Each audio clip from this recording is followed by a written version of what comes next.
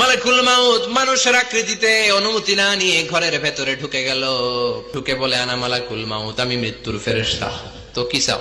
জিতু আন আকবাদা রূহাক, আপনার রূহ কবজ করতে আসছি। কিন্তু মুসা আলাইহিস সালাম দেখতেছেন দিব্য একজন মানুষ, আবার সালাম দেয় নাই, অনুমতি নিয়েও ঢুকে নাই।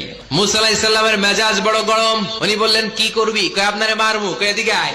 মালাকুল মাউত মনে মনে ভাবে, এতদিন সব মানুষগুলো আমারে দেখলে দিত দৌড়, আজকে মনে হয় আমারে দিতে হবে দৌড়। সাহস করে সামনে গেলেন, আবার মুসা আলাইহিস সালাম দিলেন এরকম থাপ্পড়। বুখারীর বর্ণনা, এক থাপ্পড়ে চোখ নাই। ঠিকই মালাকুল মাউত দৌড়, এক দৌড়ে আল্লাহর কাছে।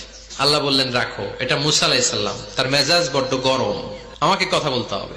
আল্লাহ বললেন, মুসা, বুখারীর বর্ণনা, গরুর পিঠের উপর হাত রেখে দাও। তোমার হাতের নিচে গরুর যত পশম, প্রত্যেক পশমের বিনিময়ে এক এক বছর করে হায়াত বাড়িয়ে দিলাম।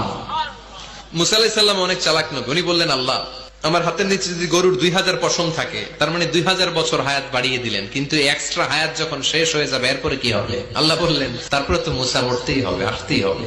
সাইয়েদনা মুসা আলাইহিস সালাম বললেন, ফাল আনা, তাহলে আর দেরির দরকার নাই, এখনই আমি আপনার কাছে চলে যেতে চাই।